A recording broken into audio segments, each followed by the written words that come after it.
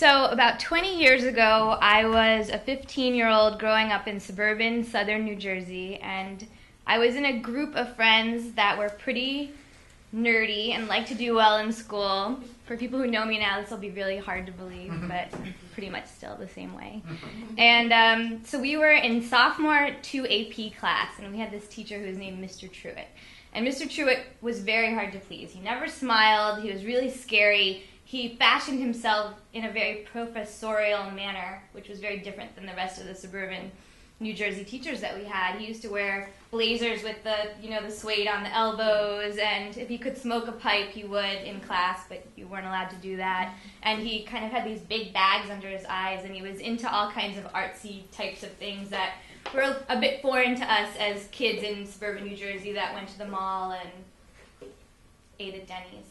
And so he was giving us this big assignment for the year. And it was something that we were going to have to work on a lot over the course of the year, and we were all like getting ready to take it on because that's what nerds do. And he's like, okay, so I've been thinking about this, and I want to give you something that I'm actually going to enjoy reading because I'm going to have to read 30 of your reports over the course of the year, and I don't want to read something that I don't care about. And so we're like, okay. And he's like, so you guys are going to write about Tin Pan Alley. And we're all like, what's that? Tin Pan Alley. And so it turns out that Tin Pan Alley is a group of musical composers that were from the late 19th century and the early 20th century, and they made a lot of the musicals and popular music that we know today. So we didn't know what that was, and he goes around the room and he starts assigning each of us to a different composer. So my friend Nan gets George Gershwin, my friend Melissa gets Cole Porter, a bunch of other people get other people, and then I get Burton Lane. And so I'm guessing that a lot of you in the audience probably don't know who Burton Lane is. And I was kind of like, okay, this kind of sucks. I have to spend the next year of my life researching this guy that I've never heard of, while Cole Porter and George Gershwin, everybody knows who they are. And so the quest begins, and the nerds are out, and we go to the library, and we start doing our research. And these are pre-internet days, so there's only so much research you can do. So we go to our local library, the Cherry Hill Public Library, and everybody else is leaving with piles full of books about the people that they're writing about. And then it comes to me, and I have a photocopy of one paragraph about Burton Lane that I found in some esoteric book somewhere. And I'm just like, this is going to be a really long year. I can't figure out anything about this guy, and look at, these people are all doing so much better than me. What am I going to do? What am I going to do? And it's just, I'm starting to feel like Burton Lane is just this footnote in Tin Pan Alley in American popular music. And so I'm getting really frustrated, and I don't really know what to do. And then one day, I have this realization. I think Burton Lane might still be alive. I've seen his birth date in some of the literature I've been reading, but I haven't seen his death date or his obituary or anything. And so I'm nothing if not dogged. I'm 15 years old, and I decide I'm going to start tracking down Burton Lane if he's still alive. And there's also another famous singer who I didn't really know at that time named Michael Feinstein, who is actually very famous. And he had just done a tape recording of Burton Lane's greatest hits. So I'm like, while I'm at it, I'm going to call all the Michael Feinsteins in the world, too. So I start going through the New York yellow pages or white pages, I guess it's white pages, and I start calling all the Michael Feinsteins. And I call one, I call two, I call three. And again, this is before people had cell phones, so you're actually getting people on the phone. And after I call 10 Michael Feinsteins, one of them is like, listen, honey, I'm not that Michael Feinstein, and I don't think you're going to get him on the phone. He's pretty famous. And so I was like, okay, I'm going to forget about Michael Feinstein, I'll try Burton Lane. So there's probably like 10 or 15 Burton Lanes in the phone directory in New York City in 1994. And I start calling all of them, and then all of a sudden one day I get this man, and I call this man, and I say, hi, I'm Debbie Shome. I'm a sophomore at Cherry Hill High School West, and I'm doing a report on famous composers from Tin Pan Alley. And I was assigned Burton Lane. Are you that Burton Lane? And the man on the other line is like, on the other side, he's like, yeah, that's me. And I was just like, oh my God, this is amazing. Could I do an interview with you? And he's like, sure, you could do an interview. I'd be happy to be interviewed. I was kind of surprised that there were people in parts of America that were doing interviews or writing reports about him. So we set up a time, and I say I'm going to call him back like later that week. And it's 1994, so I take my dual cassette player, the one that you would record music for your friends on, and I figure out this way to jerry-rig the phone in my parents' room so that it's on the microphone and I can actually record a phone conversation. And then I have to run across the upstairs to my bedroom to grab my Snoopy phone so that I can interview him on my phone while it's recording in my parents' bedroom. And so I call him at the designated time. Everything seems to be working with my very high-tech system. And I'm starting to interview Burton Lane, this guy that I've been trying to do a lot of research on that I hadn't found out that much information on. And so I don't really know much. I am on the journalism. I'm on the newspaper for my school. So I start with a question that I think is going to be very, very leading, or very, very insightful. And I heard it from Barbara Walters.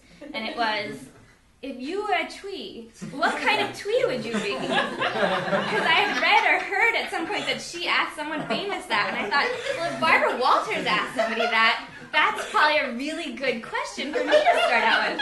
And Burton Lane, to his credit, the man was probably like 86 years old at this point. He answered it. I don't remember what his answer was, but he was very nice to me. And then my next question, also very insightful, what's your favorite color? And he said, what color are your eyes? And when I looked at my transcript, I wrote, brown! And he was like, well, then brown's my favorite color. And I'm like, this man, 86 years old, trying to charm and being very successful. So we continued to have a really great conversation, and he answered a bunch of my questions, and he told me all about his history in life. And in Tin Pan Alley, he's actually kind of at the tail end of Tin Pan Alley compared to the George Gershwins and the Rodgers and Hammersteins and Cole Porters of the world. And so he answered a lot of questions, and he said at the end, he said, make sure you tell them about Judy Garland. He's like, I discovered her. A lot of people are trying to take credit for it, but it was me who discovered her, and you should tell the world that. And so he gave me a lot of great information, and so I'm going to just share some of that information with you guys because I think all of our lives have actually been touched by Burton Lane. He isn't really a footnote in American pop music history. So I'll start with a couple of facts. So he actually was a child prodigy. He started making music that was performed nationally at age 14. And some of the things you may have heard of, he did the play Finian's Rainbow, which had a song in it called How Are Things in Glockamora. He wrote the music for On a Clear Day You Can See Forever, which is the first movie that Barbra Streisand appeared in. And he did the music for Royal Wedding. He wrote the song Old Devil Moon. There's a song called How About You, which goes, I like New York in June, how about you? I like a Gershwin tune, how about you? And the year that I was writing my report on him, the movie 12 Monkeys came out, and they featured that song very prominently in the movie, so Burton Lane and I talked about that as well. He wrote a song that's in the Guinness Book of World Records for the longest title, which is, how could you believe me when I said I loved you when you knew I was a liar all my life? And this is stuff I remembered from 20 years ago, so imagine if we could all read the report right now. He discovered Judy Garland when she was, I think, Franciscum, 13 years old, and a bunch of other really exciting things. He wrote a lot of great songs. I think he might have done Babes on Broadway as well. And so we just had this great relationship. We were we weren't emailing. We were writing letters back and forth. I was sending him birthday cards. He was sending me cards. And he had this amazing stationery. He lived this New York life. And I kept this all a secret because I didn't want anyone to know and to find out that any of their composers were alive too and like do something better than me. So the day arrives that we all have to go and give our reports in. And I go to school, and mine was as multimedia as you could be in 1992. I had the report, I had the transcript, I had 8x10 glossies of Burton Lane's face with, like, notes written to me and, like, cards and letters and all this stuff, and I have all this stuff. And I hand it in, and everyone's eyes are bugging out, and they're just like, your guy's alive? Like, I had George Gershwin, he died in, I don't even know, like 1910 or something. And I'm like, I know, it's crazy, we're best friends now. And so I hand it in, and Mr. Truitt's eyes are bugging out of his head, and he has a smile like no one's ever seen.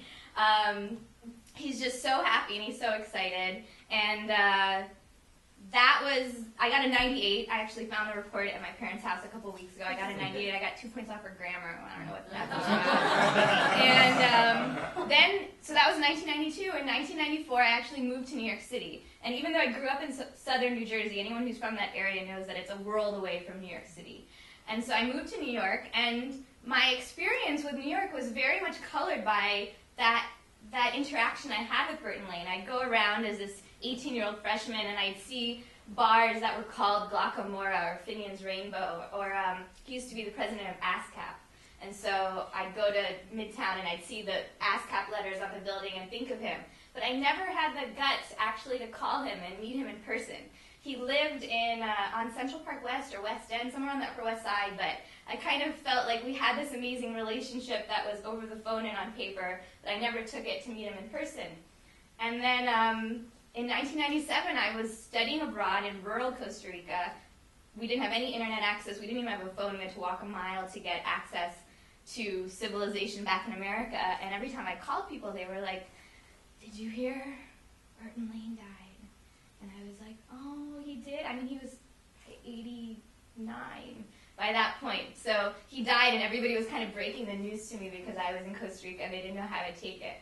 And we just had this great relationship, and I really appreciated him. And to this day, I see little signs of him all over American popular culture, and it's exciting to have had that interaction with him when I was 15.